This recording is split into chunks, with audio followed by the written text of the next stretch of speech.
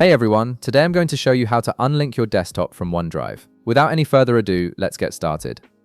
First, direct your attention to the bottom right corner of your screen where your system tray is located. This is the area near your clock and volume controls. Among the various icons there, you'll spot the OneDrive Cloud icon. Go ahead and click on it to open your OneDrive window. This icon gives you quick access to all your OneDrive settings and file sync status. Now that you have the OneDrive window open, look at the top right corner where you'll find a gear icon. This is your settings menu, and clicking it will reveal several important options for managing your OneDrive account. Click on the gear icon and you'll see a context menu appear with various choices. From this menu, select Settings. This will open the Microsoft OneDrive Settings window, which is where you can control all aspects of how OneDrive operates on your computer. Once the settings window appears, take a look at the left side menu. You'll notice several tabs or sections listed there. Click on Account to access your account management options. This section displays your account details and gives you control over how your PC is linked to OneDrive.